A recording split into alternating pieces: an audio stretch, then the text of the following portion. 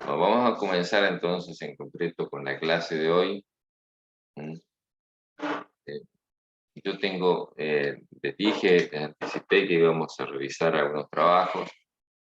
Eh, lo que estamos viendo es que hay muchos problemas en la redacción, eh, en cómo están armados, ¿no es cierto?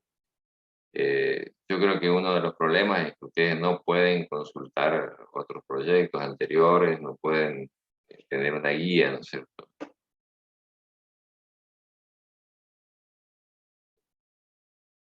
Mm, Entonces, estoy pidiendo que no sé si ustedes tienen acceso, saben cómo acceder al repositorio de proyectos de la facultad.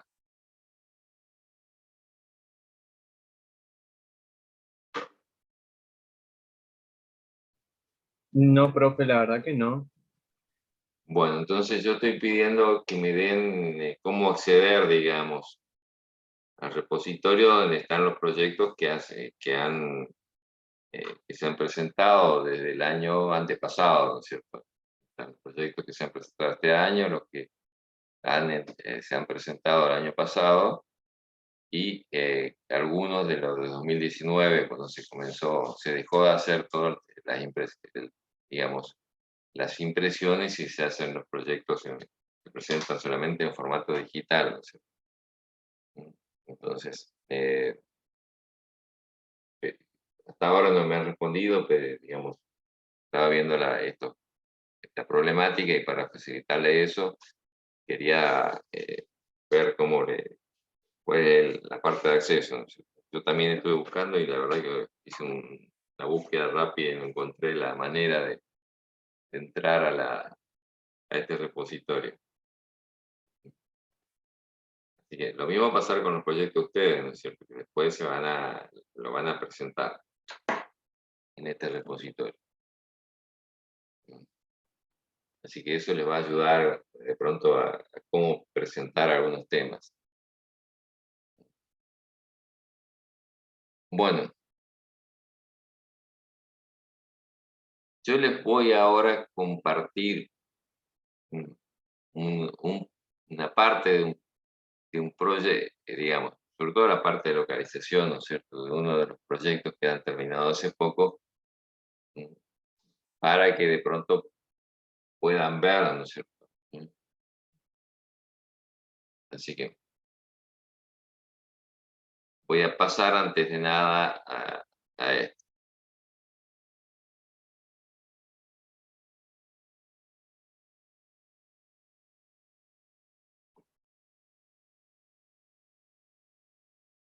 Bueno, este es el proyecto de Escobar y de Machuca, de leche deslactosada, mm, y en particular abrí el tema de, digamos, de localización, ¿no es cierto? Yo les aclaro que yo tengo todos los proyectos, lo mismo que voy a tener los de ustedes, pero nunca voy a compartir ningún proyecto de ningún alumno. Así que por eso les estoy pidiendo el acceso al repositorio para que ustedes lo vean.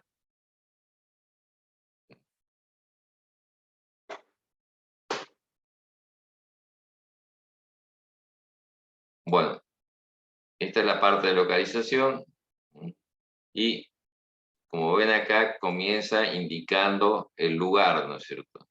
Recuerden que hablábamos en general de que en el proceso de proyecto uno va va juntando toda la información, va armando el proyecto y una vez que tiene definido el proyecto, lo escribe, ¿no es cierto?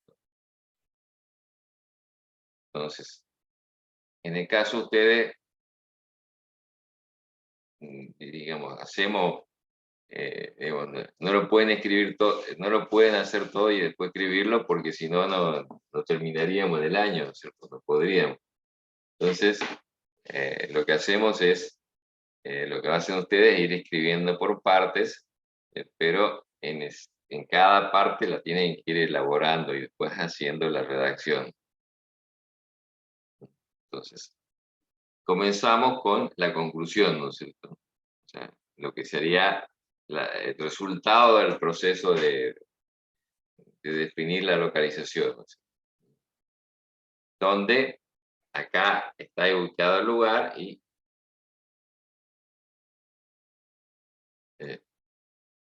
en la macro localización y después micro localización. Recuerden que nosotros en general le pedimos solamente macro localización, ¿no? Se pueden definir, con que definan la ciudad o un parque industrial en una ciudad es suficiente. No, le pedimos a ustedes que verifiquen si realmente es posible o no instalarse en ese predio, ¿no? Porque no es una información que puedan conseguir fácilmente.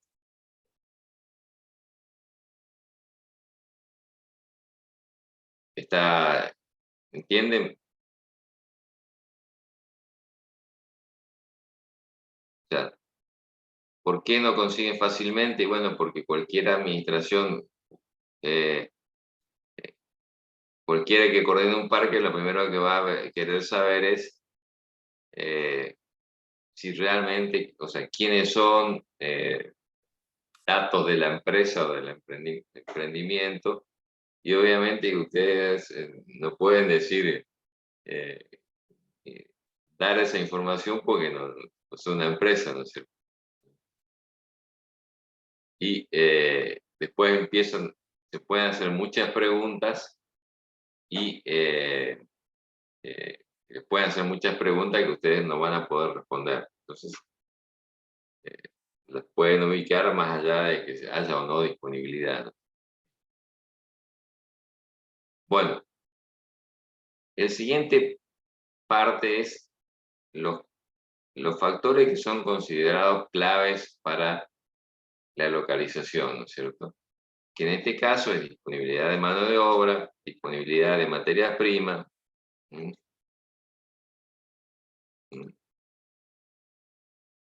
La accesibilidad, la cercanía de los mercados consumidores, la disponibilidad de servicios, la legislación, y después vienen los factores decisivos. Estos son decisivos, recuerden, para definir los lugares posibles, ¿no es cierto? Entonces, y puede ser que alguno de estos factores que han considerado indispensables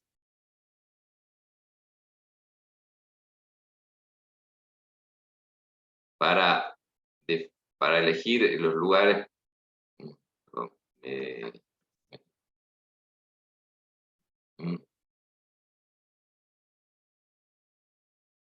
algunos de estos factores que son condicionantes de la localización no aparezcan dentro de los factores decisivos, porque son iguales para todos los lugares. Es decir, si ustedes se van a ubicar, vamos a poner un ejemplo cercano, ¿cierto? Acá en el Chaco, y por ejemplo las leyes de promoción son homogéneas en todo el Chaco, entonces pueden ser relevantes en algún momento para tomar la decisión de ubicarse en el Chaco, pero no les sirve para poder, para esta parte, digamos, para decidir cuál de los lugares del Chaco, ¿no es cierto? Tendrán que tener en cuenta otros factores. O sea, algunos de los que están, pero no, por ejemplo, el tema de los beneficios promocionales. ¿Está claro? Sí, profe. Bueno, entonces, esto es importante, ¿no es cierto? Porque una de las cosas que tenía en cuenta el método, por ejemplo, de cualitativo por puntos, es que tiene que calificar distinto en todas las zonas, ¿no es cierto? Acá se establecieron el Parque Industrial de Tandil, el Parque Industrial de Comirsa, que está creo que en Ramallo,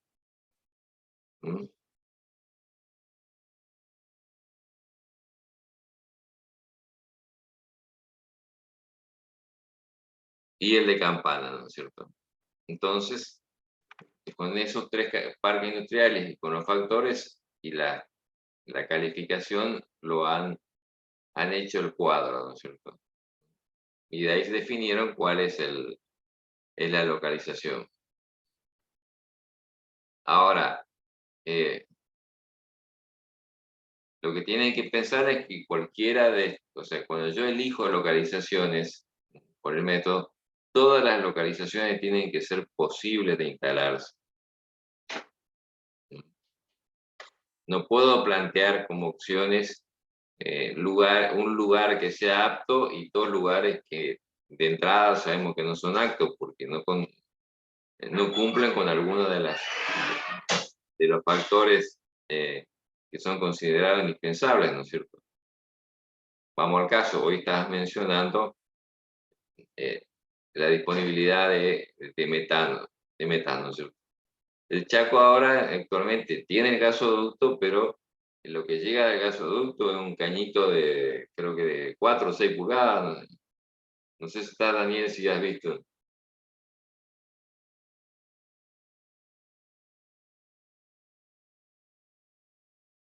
Bueno, la disponibilidad que tenemos es reducida, ¿no es cierto? Y tampoco tenemos ninguna otro factor que amerite, porque yo ah, puedo transformar esto, pero todo lo que haga lo tengo que transportar lejos. Entonces, me convendría, como ustedes bien estaban diciendo, estar cerca de algún polo o de algún área en la cual haya varias empresas que, digamos, que me puedan proveer de materia prima y que también eh, utilicen la producción sin tener que incurrir en transportes largos, ¿no? O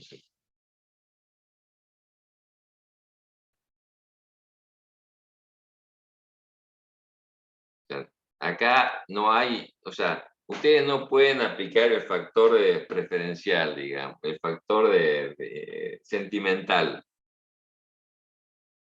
¿Mm? No hay un factor de estar cerca de la familia. Estar cerca de la familia, o sea, ese es tu factor. ¿Qué pasa si te ofrecen ir a trabajar a, qué sé yo, a Neuquén? ¿Qué le vas a decir? Me voy a tener que ir, no. Bueno, entonces, acá pensamos siempre en este sentido de que, o sea, ya le digo, hay muchas empresas y muchos empresarios que han puesto plata en lugares, pero obviamente que yo no puedo, por más que quiera acá, que yo en Resistencia, poner una industria láctea, ¿no es cierto? Porque si seré de Resistencia, estará mis raíces, todo en Resistencia, pero no tengo leche, ¿no es cierto? Y si yo me pongo a traer la leche cruda de otro lugar, y bueno, realmente no tiene sustento. Mm. Lo mismo pasa con la planta que está en Villa Ángela, ¿no es cierto? Que lamentablemente no se desarrolló la cuenca lechera y entonces para que esa planta funcione tienen que llevar la leche fluida de Santa Fe hasta Villa Ángela y digamos, lo cual hace de que sea desde el punto de vista económico muy difícil de tener una rentabilidad, ¿no?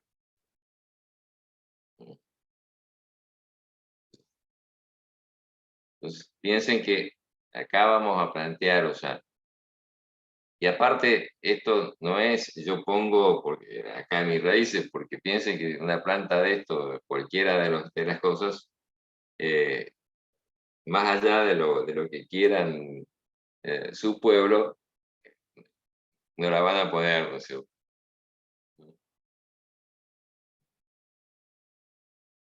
Ustedes acaban de adquirir herramientas y después, bueno, dependerá de lo que se decidan, si ustedes son emprendedores, eh, ahí ya dependerá de ustedes los criterios, ¿no es cierto?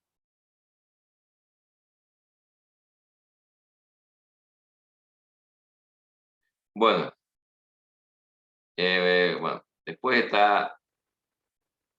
comienza la parte de ingeniería, ¿no es cierto? La descripción del proceso, bueno, yo les voy a mostrar esto solamente, ¿sí? Pero ¿sí?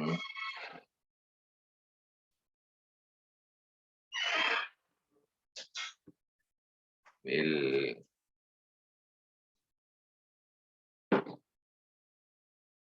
espero que a la brevedad ustedes pueden tener acceso a ver algunos de los proyectos que ya están presentados. De todos modos, siempre piensen que los proyectos no son, eh, no están, eh, no están todos bien, digamos. O sea, no podemos exigirle a ustedes que sean perfectos, ni le exigimos a nadie que sea perfecto, porque obviamente decíamos, esto es una herramienta más. Si le exigiéramos la perfección, el proyecto de pronto eh, no lo, no lo podrían estar terminando, ¿no es cierto? Así que siempre en el proyecto siempre habría cosas que mejorar, ¿no? Pero obviamente que les van a servir de guía.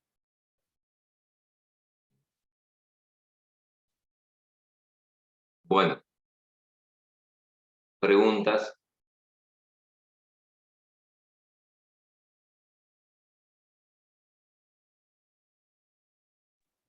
Profe, entonces dijo que nos centremos más que nada en la macrozona.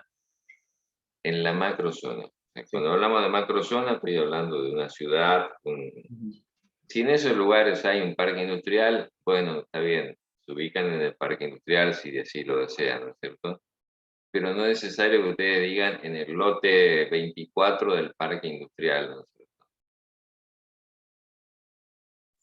Claro, ya no entrar en esas especificaciones.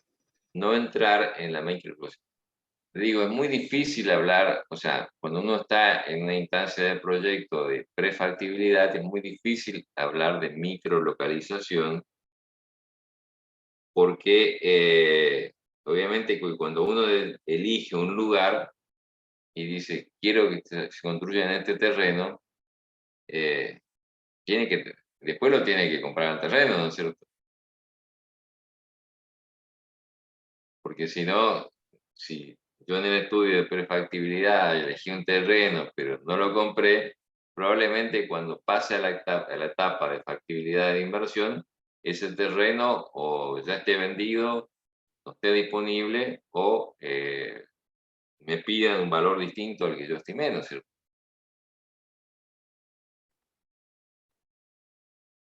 Uno, digo, desde el punto de vista práctico, ¿no es cierto? Eh, Uno va a una inmobiliaria y pide averigua por un terreno y le dice que en ese terreno va a instalar una industria y probablemente cuando la próxima vez que vayan valga un 50% más, ¿no es cierto? Claro, profe, se entiende. No hay que comprar impulsivamente.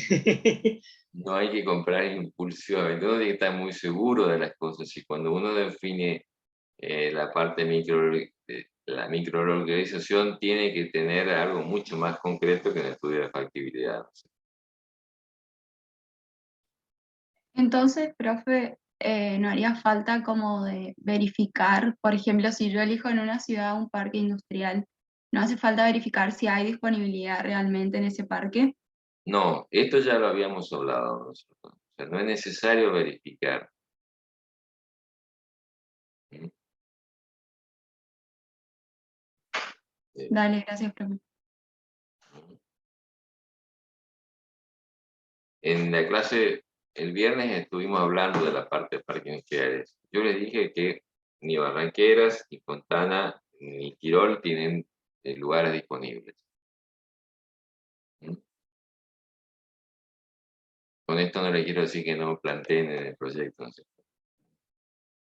El único que está en la zona es, digamos, acá en el Gran Resistencia, que tiene lugar disponible, es Vilela, ¿no? ¿Mm? Pero esa información, digamos, la tienen, o sea, uno lo tiene a veces por la relación que tiene con la gente que administra los parques, ¿no? Pero, digamos, muy difícil, o sea, pueden decir a ustedes que no hay lugar, ¿no es cierto? Pero tampoco creo que se justifica que ustedes hagan ¿no? Sí, sí, se entiende, profe. Tengan en cuenta siempre que más que el proyecto tiene, ustedes realizan, tiene más que nada un fin académico, ¿no es cierto? Que ustedes aprendan a hacer una metodología.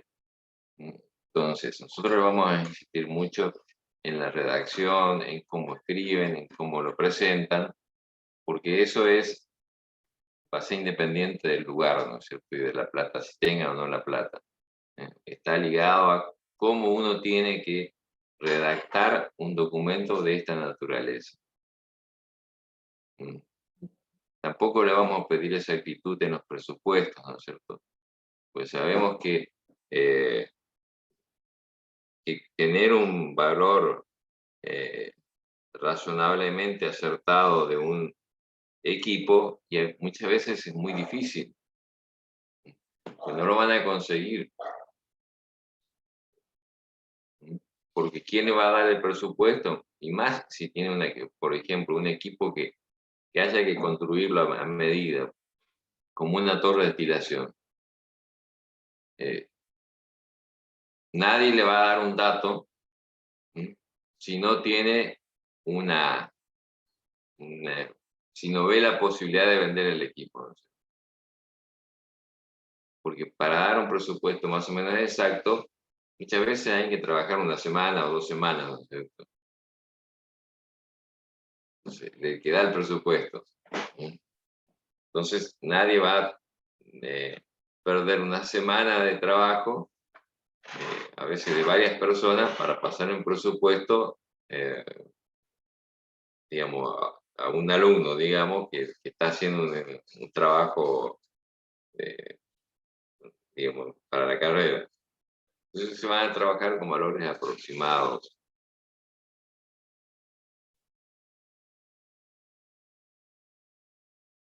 Hay muchas cosas que los valores son aproximados.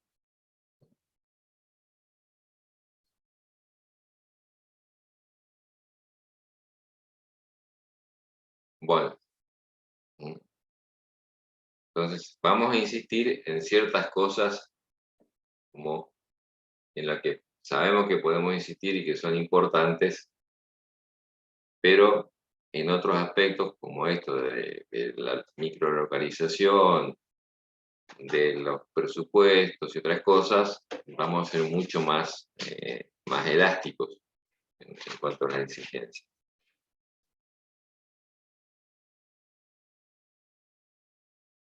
O sea, le vamos a pedir rigor en la confección de las planillas, pero no en la precisión de los datos. ¿De acuerdo? Perfecto, profe. Sí, Entendido, profe. profe. Entiendo. Bien. Con ustedes vimos el plan de negocios, un plan de negocio.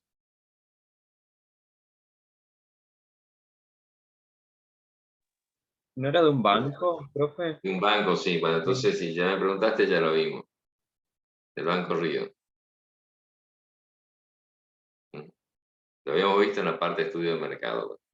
Ah. Porque por ahí pongo para dar ciertas cosas en la clase y después no la doy y a veces no tengo tiempo de chequear en el video de la clase lo que di, ¿no es cierto? Bueno, entonces, aguarda un momentito.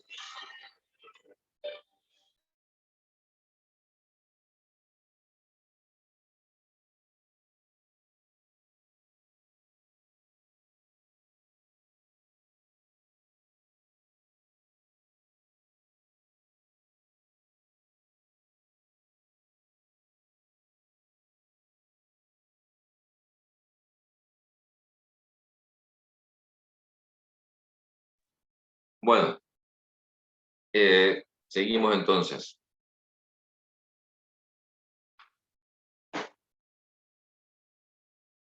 Yo les voy a mostrar algunos de los trabajos. Recuerden que acá no es, la idea es que a través de las correcciones de algunos podamos ver todos, ¿no es cierto? Así que déjenme, voy a abrir el archivo.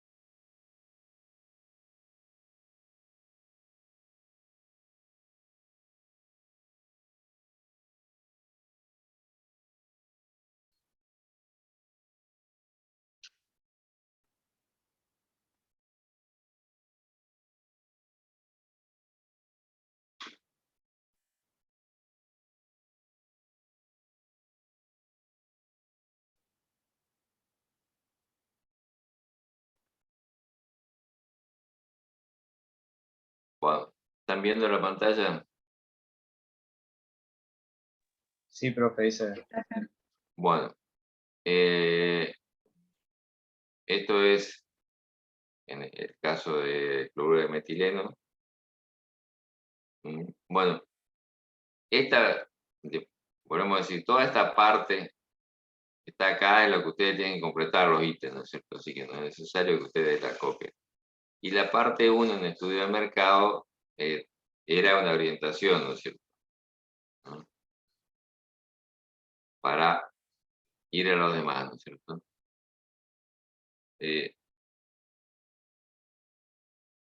Cuando estaban escribiendo, hablábamos de que cuando decían el bien a producir tenían que ser concretos y más o menos 5 o 6 renglones o menos poner esas 4 preguntas que estaban ahí, ¿no es cierto? El producto, para qué se usa, quién lo consume y dónde, ¿no es cierto? Que es un poco lo que está remarcado acá, ¿no es cierto? Ponen cuál es el producto, que inclusive está mal escrito, ¿no es cierto? ¿O no? Acá. Sí, ya faltó todo ahí. Bueno, te perdonamos eso. Bueno, y poner dónde está destinado, ¿no es cierto? Bueno, algunas de las cosas que también tienen que ver y que están en otros trabajos es que no existe una calidad ISO 9000.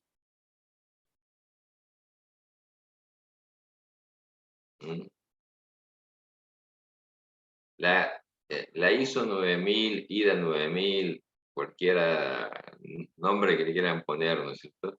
No es una norma de calidad.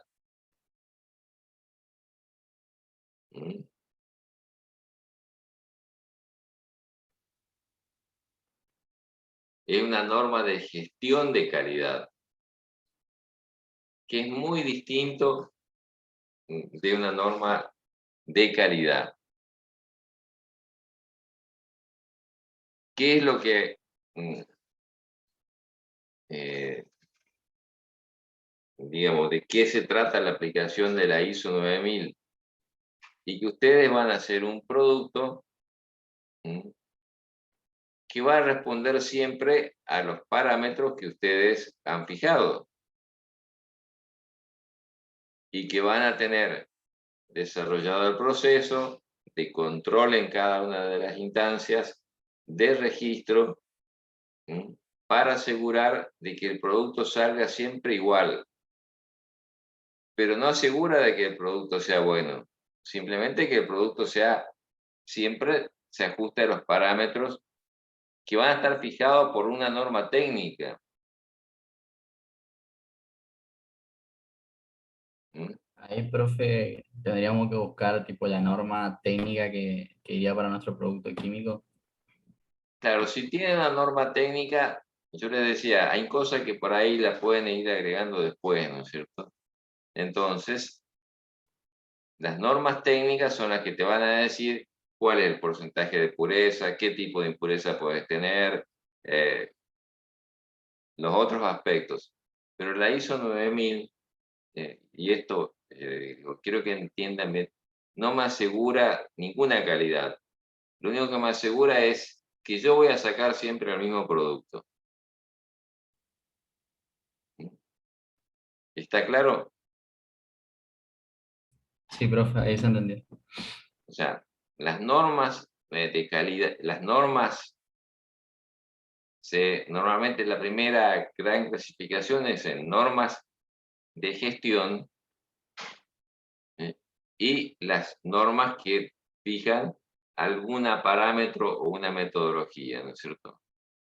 Las normas de gestión me indican, digamos, me dicen o yo tengo que cumplir para asegurar que las cosas se hagan de una determinada modo para cumplir con eso.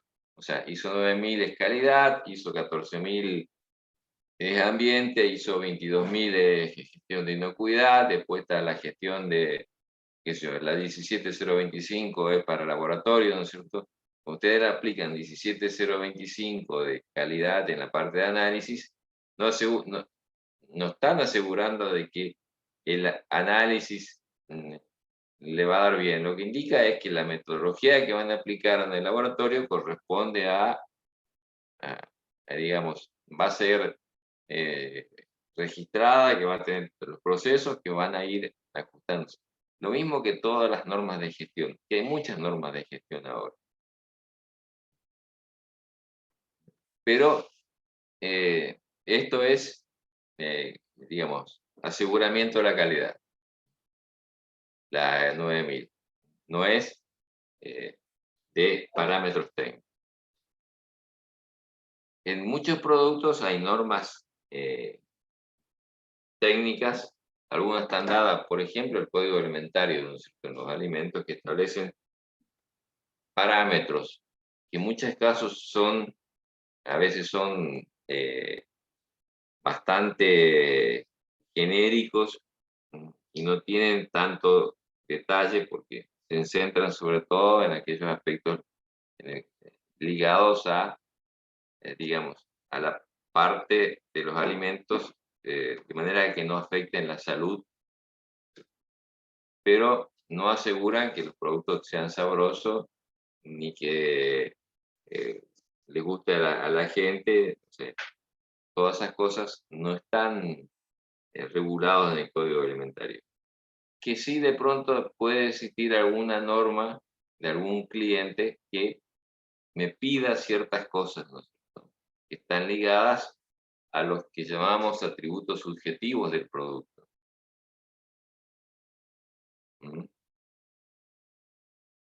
Entonces, si van al código alimentario, les dice qué es lo que tiene, por ejemplo, tomando el pan, o sea, con qué se elabora el pan, cuáles son los aditivos permitidos, qué no está permitido, pero qué sé yo, no te dice cuán crocante o cuán esponjoso tiene que ser el pan. Entonces, si yo quiero que mi pan francés sea crujiente en la cáscara, y bueno, tendré que fijar alguna otra norma que está ligada a lo que pida mi cliente, ¿no es cierto? Si es que se lo voy a vender a alguien. digamos, alguno que me pueda fijar norma, digamos, no cualquiera que va al mostrador. Entonces ahí aparecen ciertos requisitos que están dados por los clientes particulares.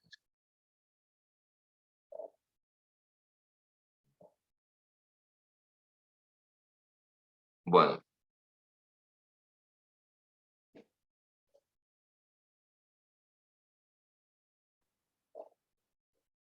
Bueno, algunas de las cosas, acá hay datos que son un poco viejos, ¿no es cierto? 1992. Sí, no encontramos una tabla. Sí, Pasa Bueno, que era muy específica. más actual es muy difícil encontrar, profe. bueno, entonces, bien. Cambio, tienen datos históricos de cantidades, ¿no es cierto?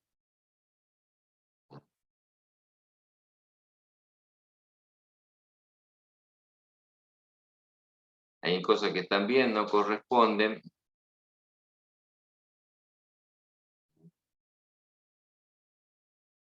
Y algunas de las cosas que tienen que tener en cuenta también es que en muchos productos industriales, digamos, la forma de comercializar no necesariamente son recipientes de pequeño volumen. Pueden aparecer, digamos, los contenedores de 1000 litros, pueden aparecer otro tipo de, por ejemplo, el transporte a granel, o en los isocontenedores o los contenedores, digamos, que son movibles creo que estuvimos hablando, ¿no? Que son Sí, del tamaño de un container. claro, ahí ya tendríamos que agregar si va en contenedores o si bien se envasa en el tambor de 200 litros, se puede meter dentro de un container varios tambores porque depende de la No, producción. no O me va todo entendí. directo, o va No, solo el producto en el container. no, son los contenedores son un tanque como si fuese un tanque esto de GLP que uno ve en los camiones que reparte gas, ¿no es cierto? ¿Mm? Pero él tiene una estructura, ¿mm?, que tiene digamos, de un rectángulo que es del mismo tamaño que un container.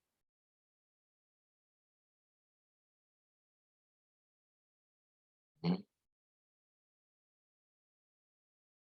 Entonces, si alguno se acuerda, cuando fuimos a Hualoca ya, en la planta de cloro, ellos estaban utilizando esos tanques para el transporte de cloro, ¿no?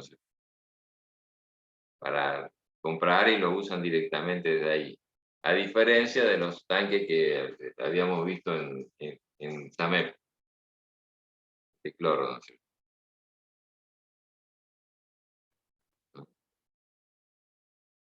¿Por qué se hacen, o sea, los tanques que tienen los gases licuados a presión o los líquidos que pueden levantar presión en un tanque?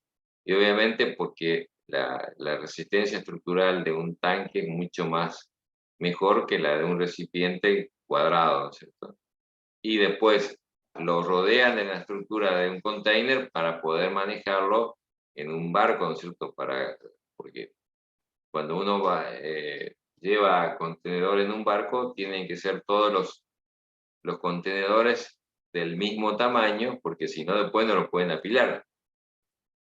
Entonces hay tamaños estándar de container.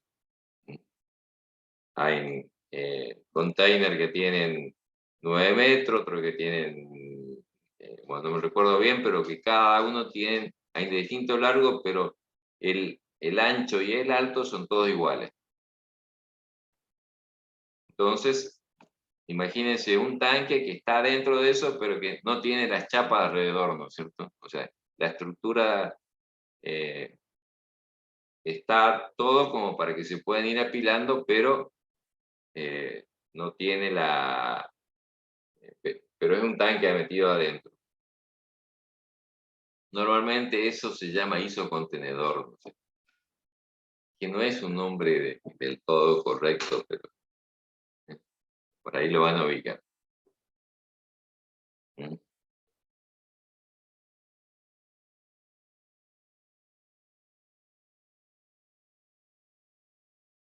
Que ya digo, una modalidad que se está usando bastante porque facilita mucho el traslado eh, entre las empresas. Por ejemplo, el gas cloro, que ustedes saben que se transporta en un gas licuado, ¿no es cierto? Como el GLP, se está manejando mucho con esto porque, a diferencia de los recipientes convencionales que tenían 700, 1000 kilos, que eran esos cilindros amarillos, si alguno recuerda. Bueno, en un camión llevo 23, 24 toneladas de producto, o sea, el resto es peso del recipiente, ¿no es cierto? Y cuando tengo recipientes más chicos, digamos, solamente puedo llevar 14, 15 toneladas. El resto es también recipiente. Y hay temas de seguridad involucrados y otras cosas. Si no tiene una presión de vapor elevada, temperatura ambiente, o sea, esto es un poco lo que determina qué tipo de recipiente llevo, ¿no es cierto? Puedo utilizar los contenedores estos de 1000 litros que vemos por todos lados, ¿no es cierto? Que es un pallet con una jaula y adentro hay un tanque cuadrangular donde está el producto.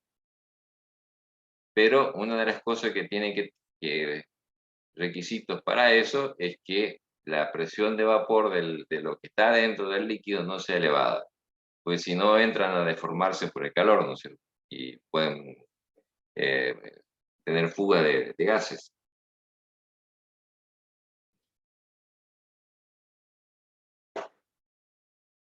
Bueno, preguntas.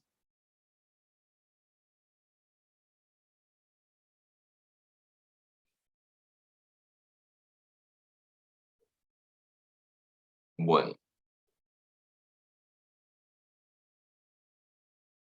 voy a abrir otro.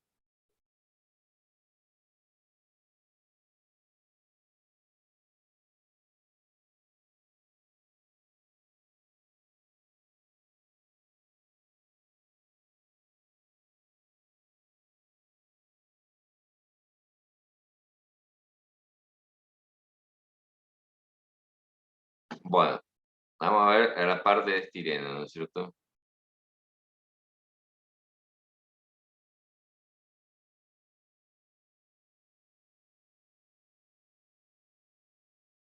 Bueno, acá muy breve el viene a producir, pero está claro, ¿no es cierto? Lo único que ustedes acá tienen que tener en cuenta es que tienen que ser coherentes, o sea, cuando digo coherentes tienen que ser bien. Bueno, acá hablan de contenedores de acero se comercializan contenedores de acero de 190 kilos.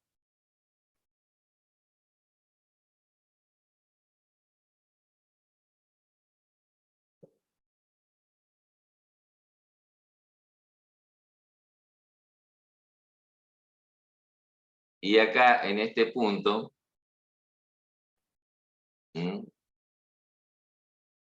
agregan los otros recipientes.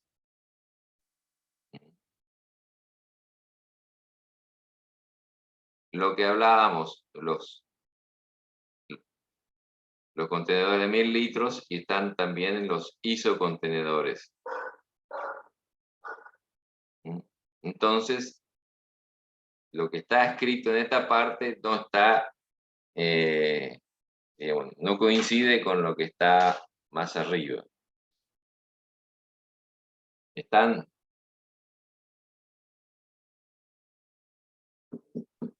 Sí, profe, o sea, usted dice que deberíamos agregar arriba también la información o... Claro, Ah, ok, ok.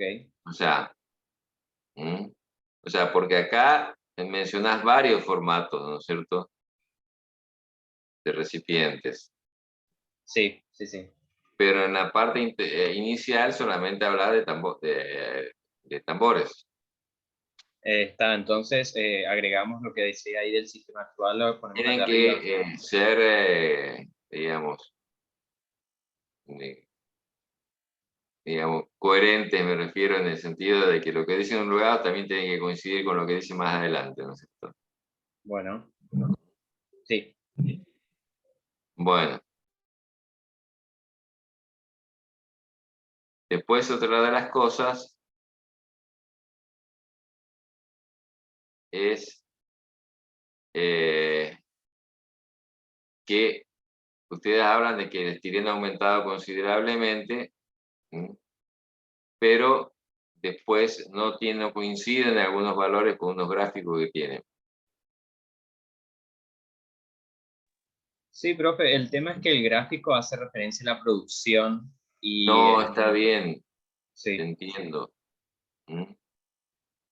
Pero había otro dato, no me acuerdo bien dónde estaba. Casi a lo último, profe. Bueno, y acá tienen otro dato, ¿no es cierto? Ustedes acá ponen valores de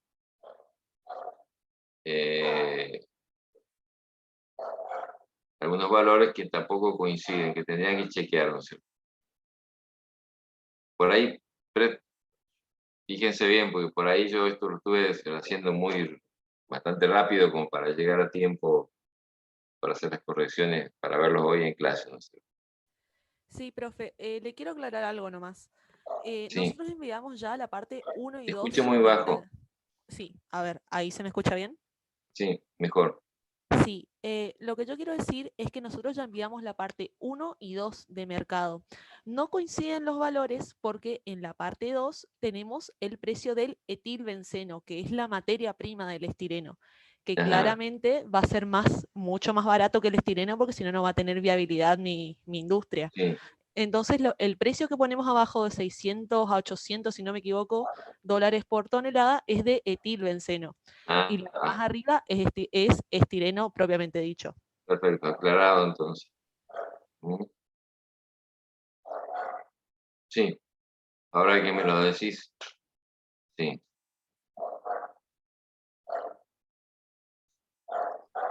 Sí, profe. Y con respecto al tema de la producción, o sea, creo que no supimos explicarnos bien, porque en Argentina se ve por los gráficos del INDEC que la producción de estireno bajó de 2017 a Sí, 2019, baja bastante. Pero lamentablemente nuestro país no es una gran potencia con respecto a la industria petroquímica, entonces que Argentina deje de producir o produzca menos no afecta al mercado global del estireno. Digamos, el mercado de estireno es bastante independiente de la producción de Argentina. O sea, el precio se elevó, pero la producción en Argentina disminuyó. O sea, son cosas que están entrelazadas, pero no son lo mismo, digamos. Por eso que el gráfico no concuerda con los precios. sí, o sea, lo que vos me decís entiendo porque la planta que está en San Martín tiene, qué sé yo, 50 años más o menos. Así que es probable de que, digamos, que la tecnología que tenga actualmente esté quedando, digamos, obsoleta, ¿no es cierto? Sí, Después, profe. el otro tema que tenía era que la planta esta utilizaba la mayor parte del estireno para hacer el caucho, ¿no es cierto? Y, digamos, en algún momento el- la parte del caucho hecha en la Argentina no era competitiva con las cubiertas importadas de otros países, ¿no? Entonces había un problema macro, digamos, que escapaba a la parte industrial, ¿no? Sí, profe, incluso ahora por lo que estuvimos averiguando, ya casi no se fabrica tanto caucho, sino que se dedicaron más al poliestireno. Puede llegar a ser por esto, digamos. Claro, o sea, la parte de la, digamos, la planta de caucho de ahí de San Martín estaba quedando obsoleta de acuerdo a los nuevos procesos de obtención de caucho. Entonces de eso se derivaba en esto. Y por otro lado, a que esto comparativamente con otros países es una planta chica y entonces va perdiendo competitividad. Sí, sí, totalmente. Más que nada encima teniendo al lado a Brasil, que es una potencia en esto en este sentido, queda Claro, bastante chico. y teniendo en cuenta lo que viene de China y todo eso, que son los grandes competidores, ¿no? Entonces eso marcaba algunos problemas con la producción de caucho sintético y, y bueno, y los problemas que tiene la planta esta, no sé, no sé. Yo hice, como le dije, la planta que hace estireno hoy al principio de clase está cerca, digamos, en el mismo predio que la que hace caucho sintético y yo estuve ahí en el 82, 81, y ya tenía como 15 años, 20 años. Una planta que tiene, digamos, muy vieja, así que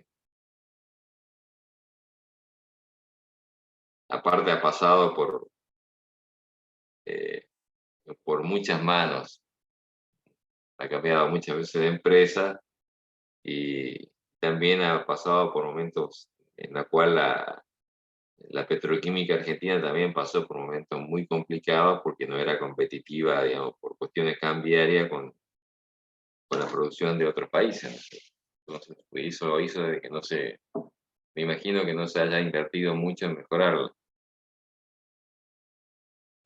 Sí, profe, incluso la división que dijo hoy de San Lorenzo, si no me equivoco, ya se cerró en el 2017, Claro, 2018. la planta, la refinería de San Lorenzo se cerró, por lo tanto, no sé cómo estarán trabajando ahora, ¿no es cierto?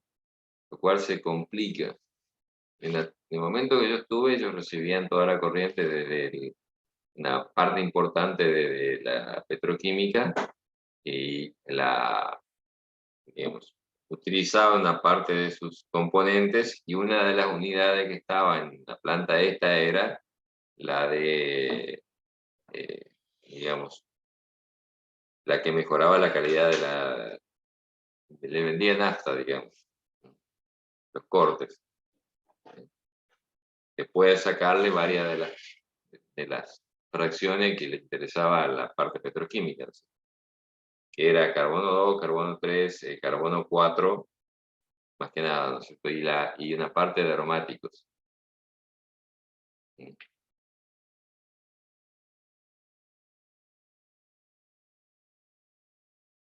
Bueno,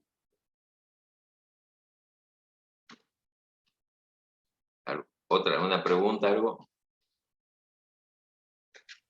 No, profe. O sea, si corregimos lo de los isocontenedores de ponerlo más arriba, ¿el taller estaría aprobado?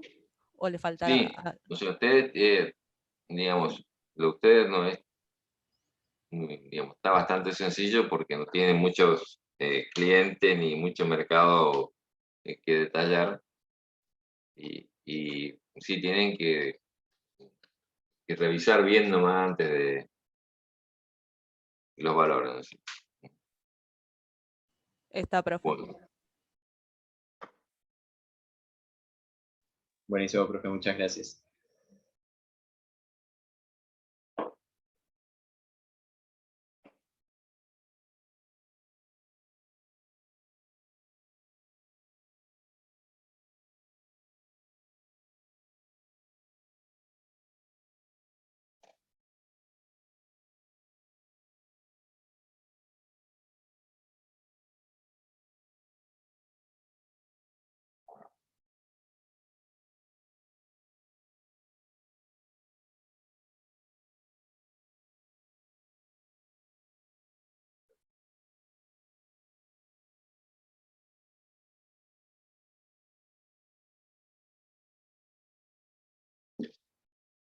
Bueno, lo que tengo ahora es el de las proteínas de soja, ¿no es cierto?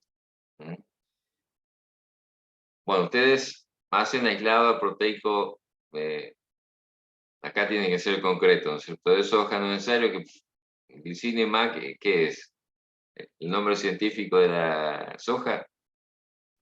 Sí, sí, sí. Ahora estoy yo nomás, profe, porque mis otros dos compañeros están con problemas de conexión, pero Bueno, entonces, no es suficiente, no es necesario que ponga el nombre científico, ¿no es cierto?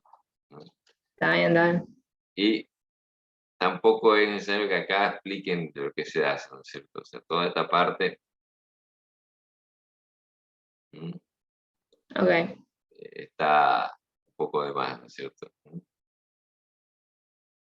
Y acá ustedes plantean que comercializan en bolsas de 1 kilo, pero más adelante me pareció que ustedes también lo iban a vender a otras empresas. Sí, sí, en realidad eso estábamos dudando como que bien qué parte abarcar, digamos, si hacerlo así como que hacia otras empresas o más Ustedes pueden comercial. tener los dos mercados, no necesariamente tienen que ser vender a uno o a otro. Enfocado a uno, ok, está bien. O sea, pueden tener una línea de venta de productos destinados al público consumidor y otra a otras industrias, ¿no? Bien, ok. Bueno, que acá yo les había observado esto, que tienen que mejorar la redacción, ¿no? Ujú. Bueno, después, acá lo que está en rojo es porque tienen que sacarnos. Bien.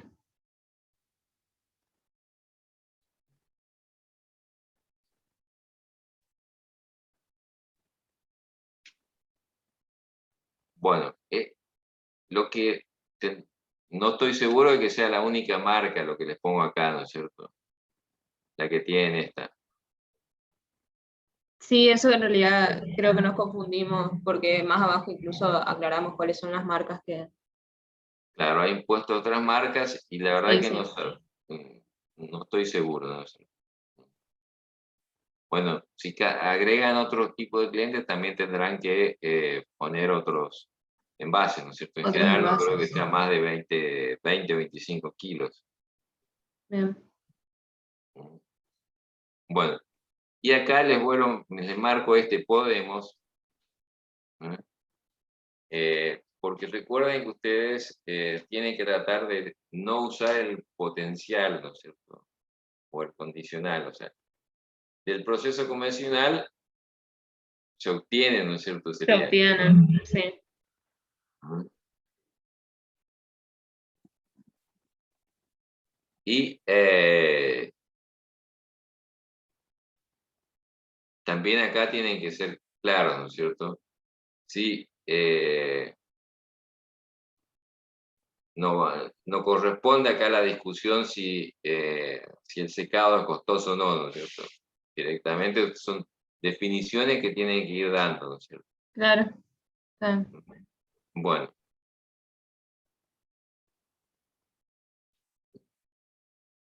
Y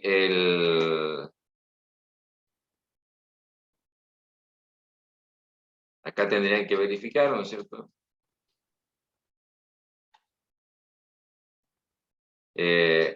Tiene muy baja cantidad de sodio, así que probablemente esto tengan que tratarlo como efluente, ¿no es cierto?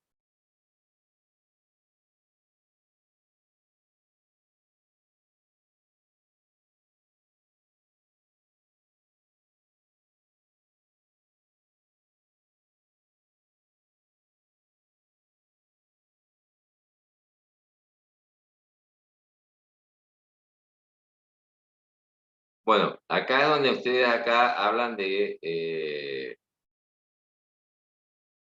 dentro del mercado, las bebidas y otros alimentos formulados con proteínas, ¿no es cierto? Sí. Que es donde surge de que no solamente están vendiendo por kilo, sino que también están buscando otros clientes.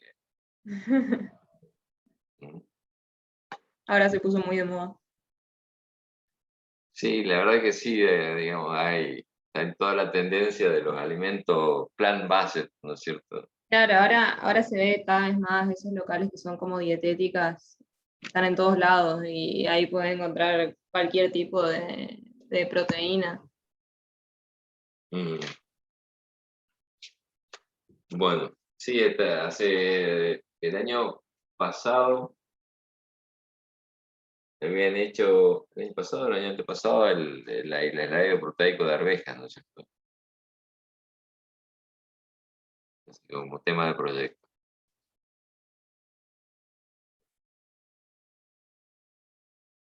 Bueno.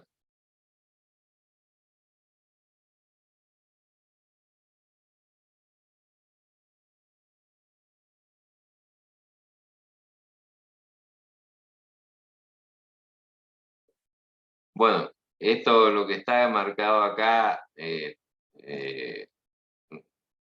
que sacarlo directamente. Claro que es medio relevante. Claro, pues de hecho ya ustedes saben que algo va a ser más caro, ¿no es cierto? Sí, sí.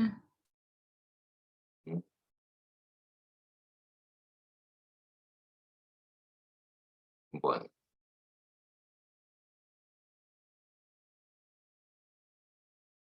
Eso eran las cosas que tenía en principio que observarnos. Bien, Bueno, vamos a modificar eso entonces. Misma pregunta que hizo Sabri, ¿con esas modificaciones ya estaría aprobado? ¿Le tenemos que volver a mandar? no, manden así todo. Claro, claro, sí. Sí. Bien. Quedaron nuestro trabajo, en todo caso el viernes vamos a seguir viendo y agreguen todo lo que está, ¿no es cierto? O sea, vamos a ver si pueden ver los proyectos, o sea, no, nos queremos detener en profundidad en esta parte porque de acuerdo a cómo vayan escribiendo ahora esta parte, después va a ser como escriban después. Y que vaya a ir cerrando en lo posible estos temas, ¿no es cierto? Antes de ir a la parte de ingeniería, ¿no es cierto? O sea, terminar bien la parte de mercado y de localización para introducirnos en la parte de ingeniería que espero que sea la semana que viene, ¿no?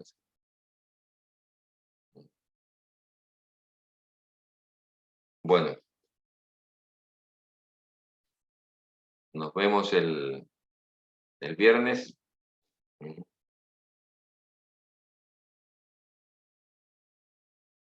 Perfecto, nos vemos, profe. Una buena semana. Igualmente. Hasta luego, profe. Gracias, profe, nos vemos el Hasta luego, viernes. profe. Ande bien. Chao, profe. Chao, chao.